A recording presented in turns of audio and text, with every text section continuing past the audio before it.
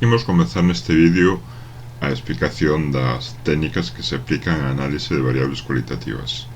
As variables cualitativas ou atributos son aquelas nas que os seus resultados non son numéricos. Iso implica que a maior parte dos valores e parámetros que se calculan en estadística non se lle poden aplicar, posto que necesitan números nos resultados.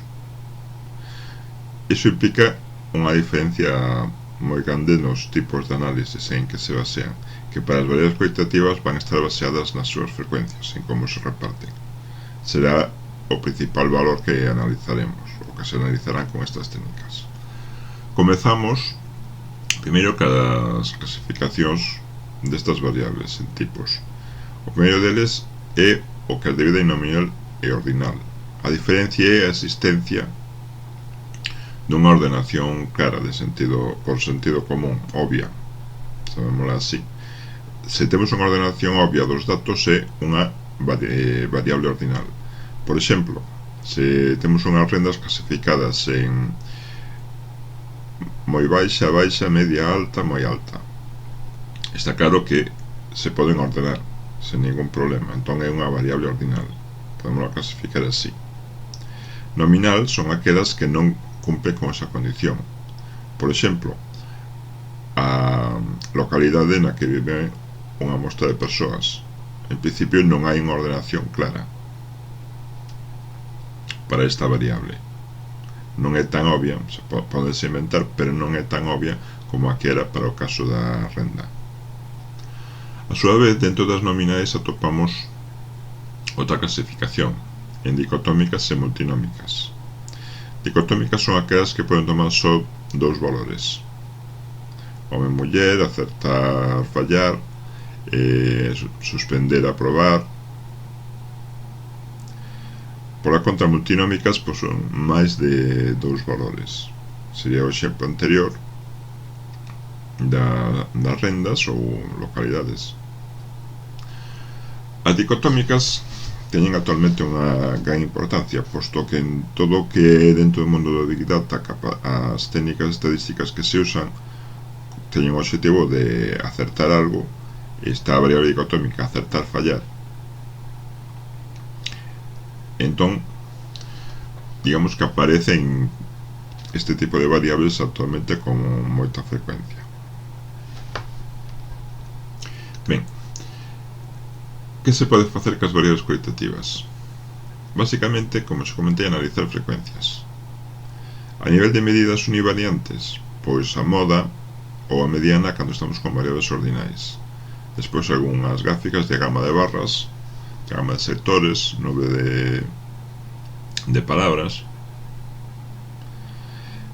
Empeza a aumentar o ser máis interesante os tipos de análisis que se poden facer cando estamos con variables bivariantes, e máis aínda con multivariantes, que tocaremos pouco neste curso. Para bivariantes, a pregunta principal que hai que responder é: están asociadas as variables, esas dúas variables, en que medida? Entón, corresponderá facer análise gráfica, medidas de asociación, que sean medidas equivalentes ao que fai o coeficiente de correlación para as variables numéricas,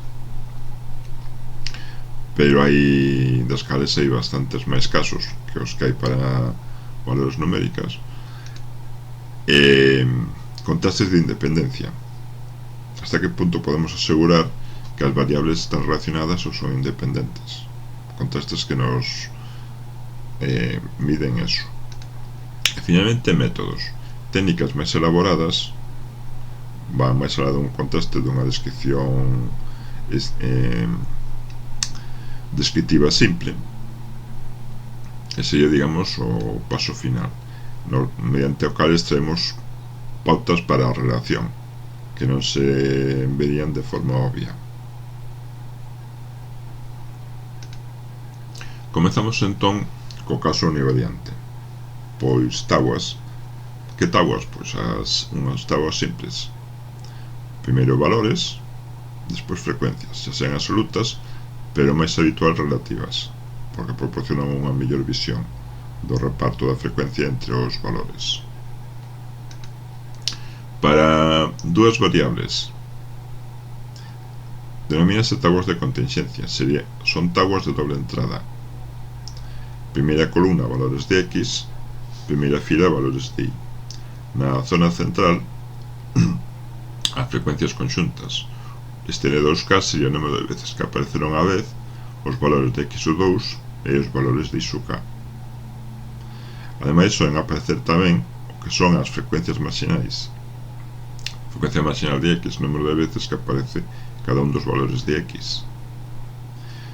Frecuencia marxinal de Y, número de veces que aparece cada un dos valores de Y. E a súa vez, o número total de datos.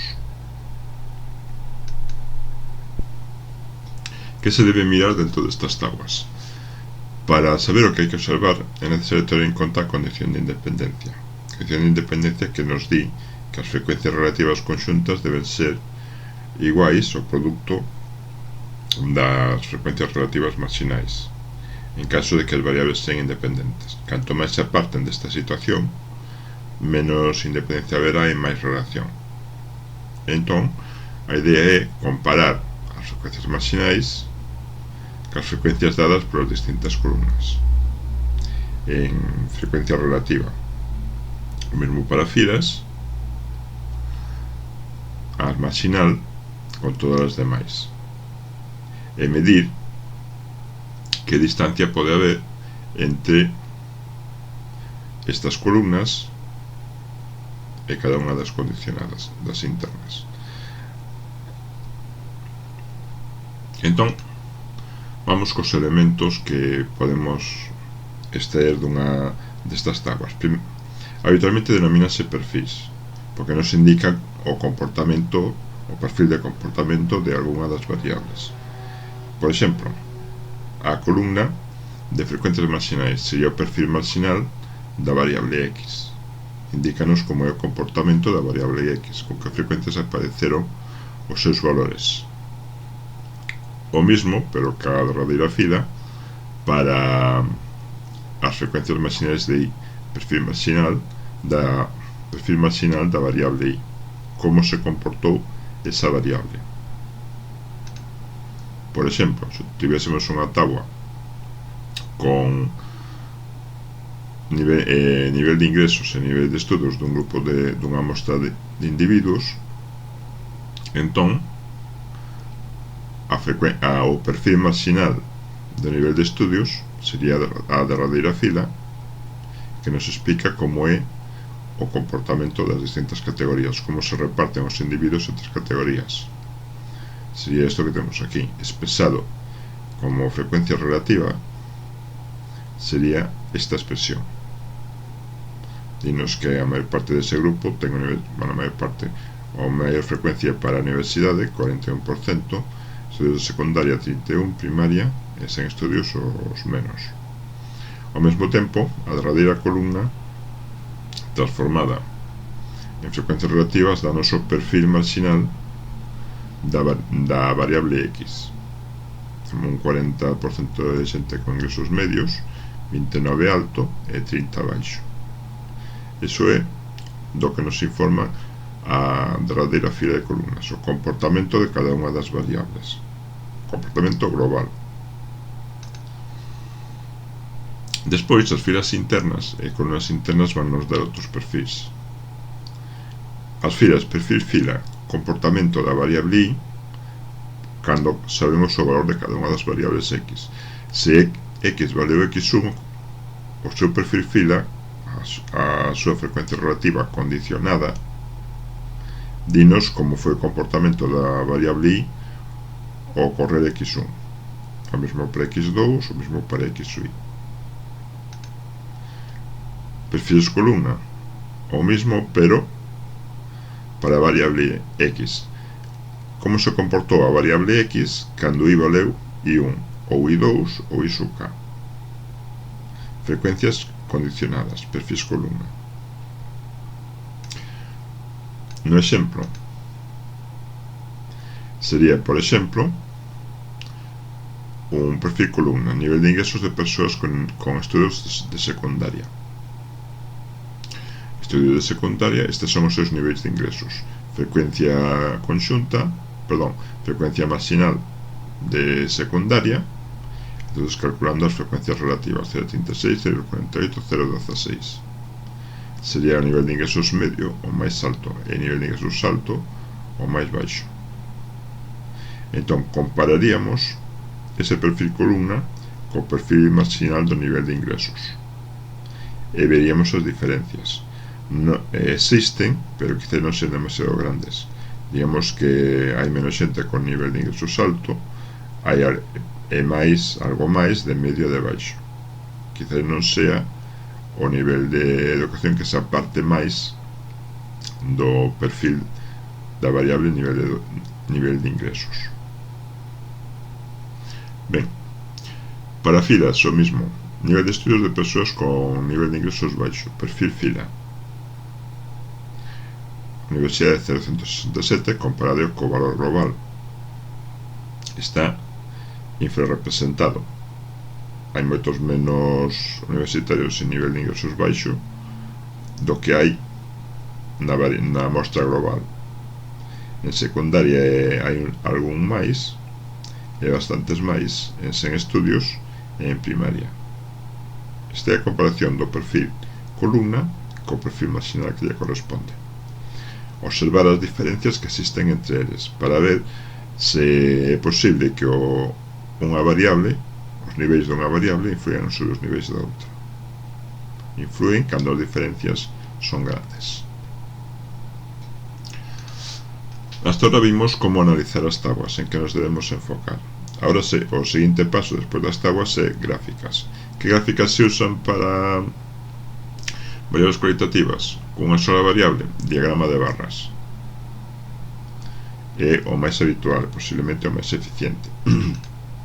Menos eficiente, pero máis decorativos, diagramas de sectores, repartir o círculo en sectores en función da frecuencia, e máis moderno, o que se chaman as nubes de palabras. Representar palabras por frecuencia de aparición. Isto pode ser adaptar a un gráfico destes, estes valores que teñan máis frecuencia deberían ter maior valor. Sería a filosofía da nube de palabras. Este en particular está feito a partir dun texto, uns apuntes do tema 2 desta materia. Di que aparece máis atributo lógico, posto que é tema de análise de atributos, gráfica, forma de analizar, frecuencia, forma de analizar, ver e ser cosas que se fan. O realmente podemos resumir o tema ser atributo e analizarlo mediante ver gráficas sobre frecuencias. É unha deducción que se pode sacar desta nube, do número de veces que aparece cada palabra. Ben, eso foi para unha sola variable cualitativa. Outras gráficas cando obtemos unha variable cualitativa e outra cuantitativa. Nese caso, o que se soe analizar é como se comporta a cuantitativa en cada un dos niveis que nos ofrece a cualitativa. Por exemplo, diagramas de caixas. Vemos que a cualitativa ten 3 niveis e a cuantitativa compórtase de forma diferente neles. Habitualmente podese facer isto con calquera tipo de gráfica que se adapte aos datos cuantitativos. Simplemente hai que facer unha delas para cada caso proporcionado pola cualitativa. Os diagramas de barras son moi fáciles de interpretar nestas situacións. Outra cousa que se ve con frecuencia, por exemplo, un histograma, unha variable que ten 6 niveles D e F, GHI, e outra variable sería variable precio que se representa separadamente para cada un dos niveis, intentando estudiar as diferencias que hai entre eles. Penso que habitualmente é máis fácil de interpretar os diagramas de caixa nestas situacións. Seguinte situación: dúas variables cualitativas. Tamén podes aplicar o diagrama de barras. Aquí temos un caso, dos variables, unha con 6 categorías e outra con 2. O que se fai é representar as 6 categorías desta variable separadas según as categorías da segunda. Isto é nivel de calidade de diamantes, nivel UVS1 e nivel UVS2. E como se comportan as cores dos diamantes clasificadas aquí? Pois según marcan estes diagramas de barras. Ben, os diagramas podense poñer un ao lado de outro ou podense acumular. Estes serían acumulados. Vese que aproximadamente tanto UVS1 como UVS2 teñen a mesma unha cantidade próxima de diamantes. E vese cales son as combinacións máis frecuentes. Color F con calidade UVS1 é a máis frecuente, seguido de color G con calidade UVS2. Despois estaría esta combinación, etc. Sería o que se podría visualizar. Son acumulados con frecuencias absolutas, pero neste caso quizás non importe demasiado porque as frecuencias son do nivel parecido, pero ás veces para ver ter claras as diferencias de comportamento entre estas dúas da categoría color con estes diferentes categorías de calidade, diagramas de barras con frecuencias relativas. Así obviase o tamaño, o número de datos en cada unha das categorías do eixe X e facilita a comparación entre os dous casos.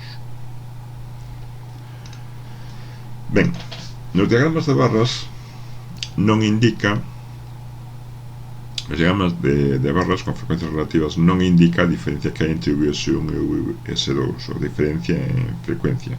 Non sabemos se hai máis UVS1 ou máis UVS2. Entón, eso é digamos, unha pequena ineficiencia dos diagramas de barras con frecuencias relativas. Aquí podese ver por altura, pero aquí non. Unha alternativa é facer estas barras de distinta amplitude en función das frecuencias, das diferentes frecuencias. Eso dá lugar ao que se denominan diagramas de mosaico.